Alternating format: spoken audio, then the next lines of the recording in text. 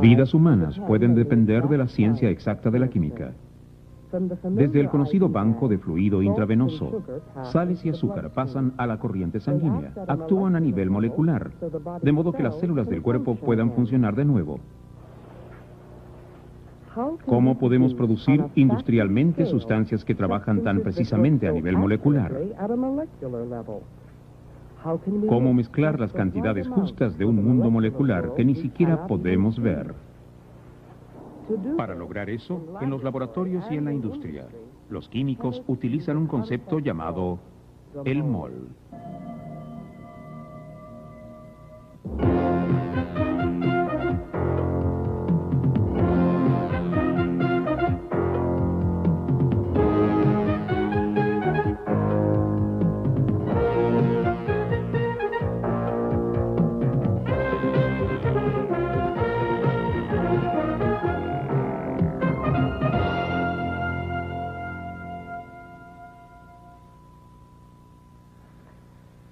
En el corazón de la química está la síntesis, la fabricación de moléculas. Al comienzo de cualquier reacción química hay reactivos y al final surgen productos. Ahora bien, una caricatura de una forma de hacer moléculas es tomar los reactantes, mezclarlos y golpearlos con calor, luz u otra forma de energía. Y luego, en una explosión o un rayo de luz y mucho humo, se materializa el producto. Esa es la forma en que funcionan las revistas de monitos. Pero así una empresa química no obtendrá utilidades. Cualquier proceso químico moderno exige planificación, tanto al fabricar amoníaco o aspirina, o una hermosa molécula en forma de cubo, para la cual aún no se ha encontrado uso alguno. En cualquiera de estos procesos hay una planificación cuidadosa. Se deben pesar cantidades precisas de reactantes. Si hay demasiado poco, la reacción podría no producirse. Si hay demasiado, habrá sobrantes, escombros. ¿Cómo sabe un químico precisamente cuánto es lo justo? En la actualidad, los químicos saben cuánto es lo justo, porque pueden contar las partículas fundamentales de la materia, átomos y moléculas. Actualmente se puede conectar el mundo macroscópico que podemos ver con el invisible mundo molecular. En resumen, los químicos han aprendido a contar moléculas, pesando cantidades macroscópicas. 200 años atrás, los científicos ni siquiera estaban seguros de lo que eran los átomos y las moléculas, y menos aún contarlos.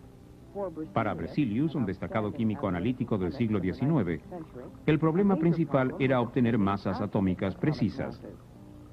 Se necesitaba saber cuánto mezclar de cada elemento para combinar masas y la fórmula correcta para el compuesto.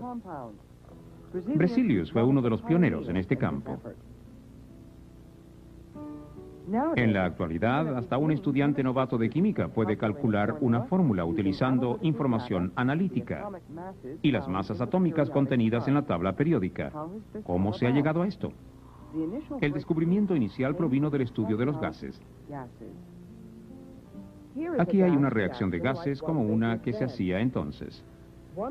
Un volumen de gas de hidrógeno es liberado dentro de un globo transparente.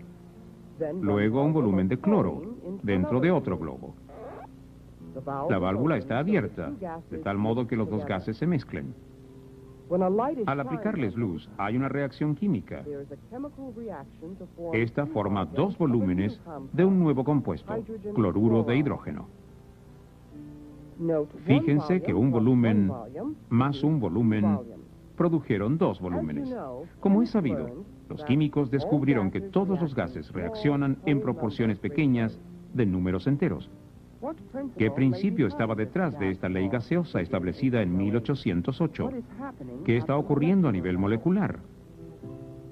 El científico italiano Amedeo Avogadro analizó estas preguntas. En 1811 propuso que volúmenes iguales de gases distintos a la misma presión y temperatura contienen cantidades iguales de moléculas. En la actualidad comprendemos la visión de Avogadro. Sabemos por qué los gases reaccionan mutuamente en proporciones simples. Una molécula de gas de cloro está compuesta por 2 átomos. Y una molécula de gas de hidrógeno también está compuesta por 2 átomos. Cuando los gases se combinan en proporción de un volumen por un volumen, se producen 2 volúmenes de la molécula de cloruro de hidrógeno. En los gases hay una relación simple entre las cantidades de partículas y el volumen. Por lo tanto, si medimos la masa de volúmenes iguales de gases distintos a la misma temperatura y presión, podemos calcular fácilmente las masas relativas de las moléculas, puesto que existe la misma cantidad de moléculas en cada caso. Así que en los gases, la determinación de las masas relativas es bastante directa. Pero determinar las masas atómicas relativas de los sólidos y los líquidos requiere de métodos más ingeniosos. Observemos más de cerca el problema de las masas relativas de los sólidos y la noción de contar mediante el pesaje. Don Showalter. Aquí tenemos una balanza que los químicos utilizan para pesar productos químicos. El peso se expresa en gramos. Pero en vez de pesar solo productos químicos, pesemos algo que nos gusta a todos, por ejemplo, dinero. Aquí tengo una moneda de 25 centavos de dólar. La moneda pesa 5,7 gramos. Pesemos un centavo. El centavo pesa 2,5 gramos. Si quisiéramos determinar el peso relativo de las dos monedas, dividiríamos el peso de la moneda de 25 centavos por el peso de la moneda de 1 centavo. Si hacemos eso, veremos que resulta un valor que muestra que la moneda de 25 centavos pesa unas 2 veces el peso de la moneda de 1 centavo. Ahora pesemos un montón de 20 monedas. Pesa 111,9 gramos. Ahora pesemos este montón de 20 centavos, es decir, la misma cantidad de monedas. Pesa 51 gramos. Si quisiéramos determinar el peso relativo de los montones de monedas de 25 y 1 centavo, lo haríamos de la misma manera que antes, y veríamos que la proporción sería la misma. El mismo principio de pesos relativos que hemos aplicado a las monedas también se aplica al mundo molecular. Aunque no podamos ver las moléculas o átomos. Yo no puedo tomar una molécula o un átomo y ponerlo sobre la balanza, pero sí puedo tomar una enorme cantidad de moléculas o átomos y pesarlos. Aquí hay algo que sí podemos ver y pesar, y es el elemento carbono. Es este polvo negro. Veamos cuánto pesa este carbono. Pongo una bandeja sobre la balanza, cancelo el peso de la misma y peso el montón de carbono. Pesa 12,0 gramos, un importante peso que recordar. Si quisiéramos comparar el peso de otro elemento con el peso del carbono, tendríamos que tener exactamente la misma cantidad de átomos de ese elemento que los contenidos en estos 12 gramos de carbono.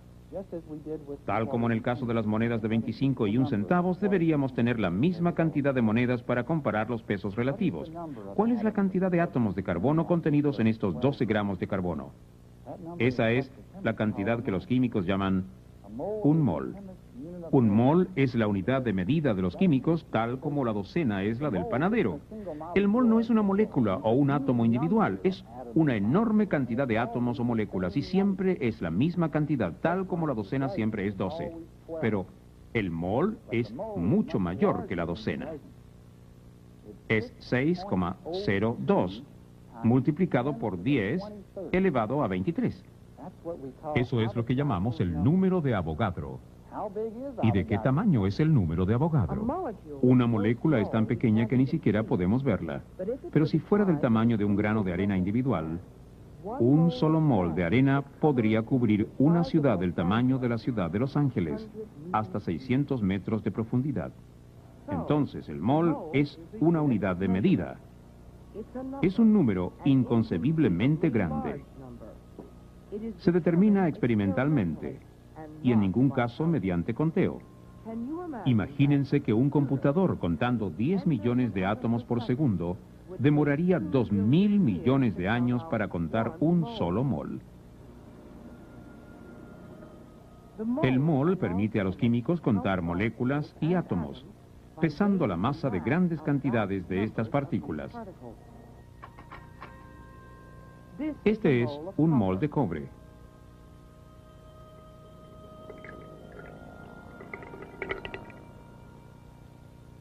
Este es un mol de agua.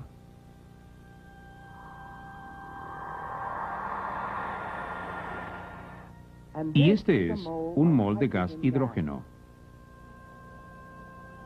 Todos tienen distintas masas, pero cada uno contiene exactamente la misma cantidad de partículas, trillones y trillones de ellas, pero exactamente la misma cantidad.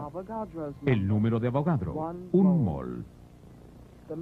La masa de un mol de cualquier elemento es igual a la masa atómica del elemento expresada en gramos. Estas son las masas atómicas relativas de los elementos de la tabla periódica, basadas asignándole al carbono una masa de 12 unidades. Usemos la tabla periódica para algunos ejemplos. Aquí está el cobre. Su masa atómica relativa es 63,5. Un mol de cobre pesa 63,5 gramos. Veamos otro elemento. Aquí tenemos el magnesio. Su masa atómica relativa es 24,305. Un mol de magnesio pesa 24,305 gramos. El mismo principio se aplica a los compuestos. Aquí hay una molécula de agua, H2O. La masa atómica relativa del oxígeno es 15,999. La masa atómica relativa del hidrógeno es 1,008. Si sumamos estas masas atómicas, un mol de agua pesará 18,015 gramos. Y así vemos cómo podemos ir de la cantidad de partículas a la cantidad de moles y al peso de una sustancia. Aquí tenemos algunos moles en vivo. Cada una de estas sustancias es un mol. Azúcar, agua, carbono, cobre e hidrógeno. Tienen pesos distintos, pero todos están compuestos por la cantidad de partículas del número de Avogadro. El mol, entonces, es el lazo crucial entre el mundo molecular visible y los elementos y compuestos químicos que podemos ver y medir. Al comprender el mol, las ecuaciones químicas que se utilizan para describir reacciones representan una taquigrafía química extremadamente informativa. Esta ecuación nos indica la cantidad de moléculas que reaccionan y la cantidad de moléculas producidas, la cantidad de moles que reaccionan y los que se producen, y utilizando las masas atómicas relativas, el peso de los reactantes y los productos. Con el mol, la química se ha convertido en una ciencia exacta y cuantitativa. La planta elaboradora de fluidos intravenosos más grande del mundo es Bacchus Travenol Incorporated. Al igual que en otras plantas químicas del país, aquí la química se practica a gran escala. Las soluciones intravenosas se preparan mediante el vaciado de bolsas de productos químicos, en este caso azúcar, dextrosa y sal, a un enorme tanque de mezclado que contiene agua destilada. No hay lugar para equivocaciones. Las células de nuestro cuerpo dependen de cantidades molares precisas de iones y moléculas para funcionar correctamente. Proporciones erróneas pueden destruir estas células. Entonces, cada bolsa de solución intravenosa debe cumplir con precisas especificaciones médicas. El químico Johnny Long. Tenemos códigos estrictos basados en la Food and Drug Administration. Lo que estamos mezclando hoy es una partida de una combinación de sal y azúcar. Contiene 4,5 gramos de cloruro de sodio o sal por litro de agua destilada y 50 gramos de dextrosa o azúcar por litro de agua destilada. Estos pesos se agregan a un volumen conocido de agua destilada en nuestro tanque de mezclado. El control de calidad es vital. Antes de llenar las bolsas de fluido intravenoso, se toma y analiza una muestra de la solución para asegurarse de que presente las cantidades correctas de sal y azúcar. Ahí es donde participa el mol. Aquí, la química está analizando la cantidad de cloruro de sodio en la muestra. El procedimiento comprende una tinción de la muestra de solución intravenosa con una solución estándar que contiene 1/10 de mol de nitrato de plata por litro. Veamos la ecuación para esta reacción. Podemos ver que un mol de nitrato de plata reacciona con un mol de cloruro de sodio para producir un precipitado blanco de cloruro de plata y nitrato de sodio soluble. Por medio de un aparato que obtiene mediciones precisas de volumen, el nitrato de plata se agrega hasta que todo el cloruro de sodio ha reaccionado, tal como se aprecia por el cambio de color en el indicador. Entonces la química lee el volumen de nitrato de plata agregado, desde lo cual puede calcular las cantidades de moles utilizados, que iguala a la cantidad de moles de cloruro de sodio presentes en la muestra. Luego, esta cantidad se puede expresar en gramos de cloruro de sodio por litro de solución intravenosa. Al compararla con las especificaciones, la científica sabe si la solución intravenosa está dentro de los límites aceptables. Si es así, la solución del estanque es liberada para llenar las bolsas de fluido intravenoso. Esta es una de nuestras bolsas de solución intravenosa. Como pueden ver, nuestra etiqueta para este código en particular dice que por cada 100 mililitros hay 5 gramos de dextrosa y 450 miligramos de cloruro de sodio. Esa etiqueta representa el proceso de mezclado y el cuidadoso análisis. Contar pesando. El mol es ubicuo en química. Nos entrega una ventana a través de la cual podemos atisbar los cambios moleculares que acompañan a las reacciones químicas. ¿Recuerdan la pregunta original, cuánto de qué? Para ver lo que eso significa, efectuemos una reacción química. En estos 3 frascos tengo cantidades iguales de cloruro de hidrógeno disuelto en agua. Cada una contiene 1/10 de mol de cloruro de hidrógeno. Cada uno de los globos contiene distintas cantidades de magnesio. Este globo contiene 1/10 de mol de magnesio.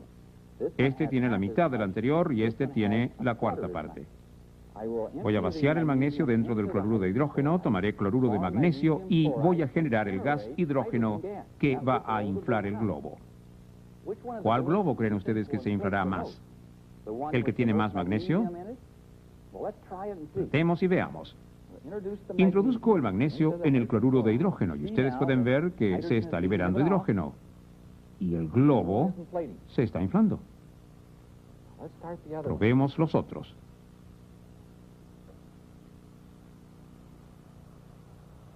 Nuevamente se libera el gas hidrógeno. También se forma cloruro de magnesio dentro del frasco, pero es soluble en el agua y no se ve muy bien. Probemos este. Recuerden que contenía una pequeña cantidad de magnesio. Este tenía la mayor cantidad, 1/10 de mol. Este tenía la mitad y este la cuarta parte del magnesio. La reacción se ha completado. Estos globos tienen aproximadamente el mismo tamaño, pero este mide apenas la mitad. Y podemos explicar esta diferencia, pues este globo tenía la mitad de magnesio que este otro. Pero ¿por qué estos dos globos tienen el mismo tamaño?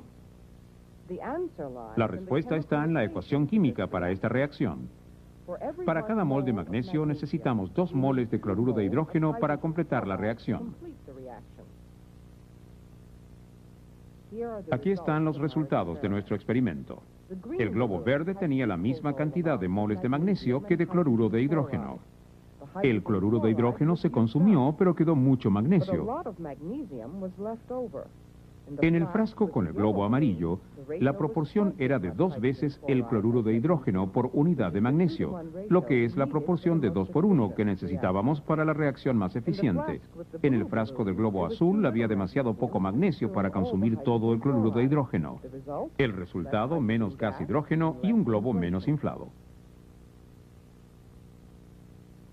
Cuando las moléculas o átomos se combinan durante una reacción química, lo hacen en proporciones molares simples. En la reacción magnesio-cloruro de hidrógeno, esta proporción de combinación es de 1 por 2, exactamente las cantidades presentes en la reacción del globo amarillo. El magnesio adicional del globo verde no cambia la cantidad de gas hidrógeno producido. Sin un aumento correspondiente en la cantidad de cloruro de hidrógeno, el magnesio adicional permanece sin reaccionar. Los químicos deben utilizar la cantidad justa de moles de reactantes en una reacción para poder obtener la cantidad deseada de producto. Algunas veces, la proporción molar también determina el tipo de producto. Si se utiliza una proporción molar inapropiada de reactantes, se obtendrá un producto distinto. Veamos las resinas epóxicas. Las utilizamos en nuestros hogares como adhesivos. Debido a su combinación única de propiedades, dureza, excelente firmeza y adhesión y resistencia a otros químicos, se utilizan extensamente como materiales estructurales y como barnices. Las latas de alimentos y bebidas son recubiertas con epoxi antes de introducir los contenidos para protegerlos del metal. Los jets de combate están unidos con epóxidos. Incluso los paneles de los circuitos computacionales se fabrican con epóxidos. Pero sus propiedades dependen de su estructura molecular y eso a su vez depende de la combinación correcta con las cantidades correctas de otras sustancias químicas.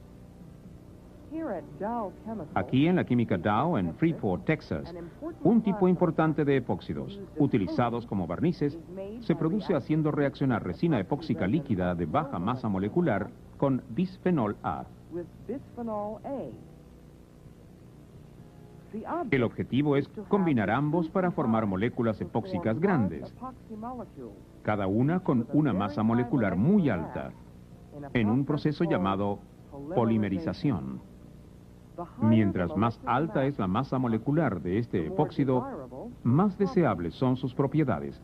Las cantidades relativas de cada reactante son cruciales para este proceso.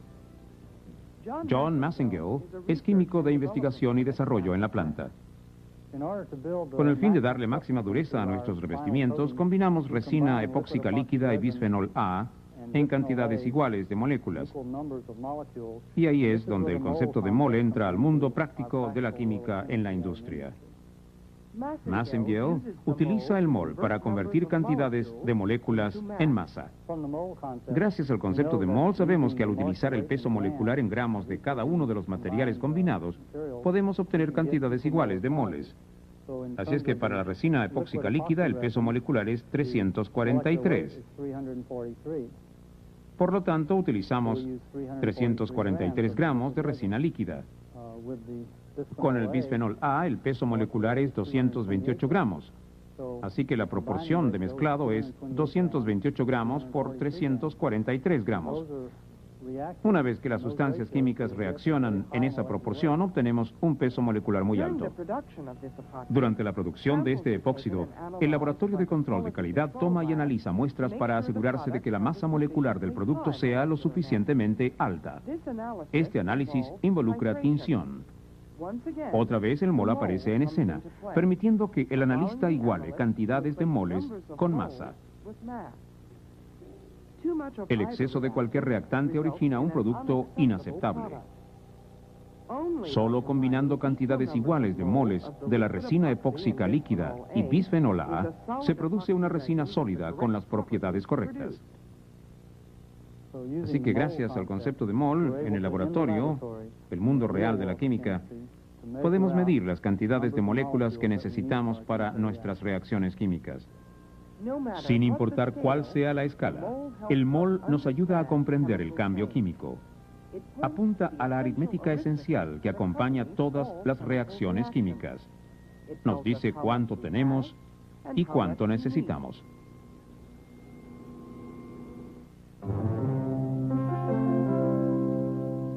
Resumen. La química moderna es una ciencia cuantitativa.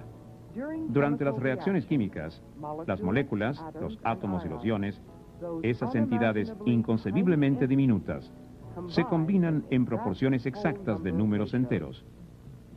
Los químicos han encontrado una forma de contar estas partículas, no individualmente, sino que pesando enormes cantidades de ellas. La unidad de medida es el mol, el número de Avogadro. 6,02 multiplicado por 10 elevado a 23. Ya sea un gas, un líquido o un sólido, elemento o compuesto. Un mol contiene esa enorme cantidad de partículas. La masa de un mol de cualquier elemento es igual a la masa atómica del elemento expresada en gramos. Un mol de un compuesto tiene una masa igual a la masa molecular de ese compuesto. El mol le permite a los químicos moverse entre el mundo molecular invisible y el mundo macroscópico, tanto en la medicina como en la industria, en el laboratorio o en la producción a gran escala.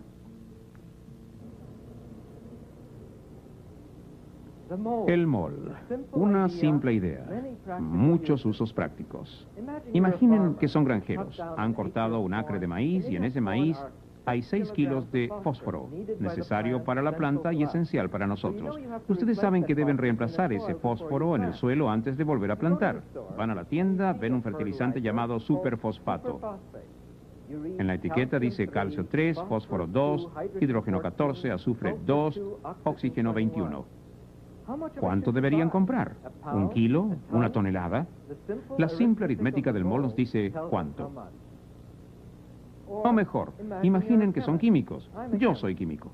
Alguien me dice que tengo que hacer disulfito de titanio, TiS2. ¿Tomo 1 gramo de titanio y 2 de azufre? No. Tomo 1 mol de titanio y 2 moles de azufre. Lo importante de esto no es que solo un experto o un químico puede calcularlo. Lo importante es que otras personas, ustedes pueden hacerlo. Piénsenlo.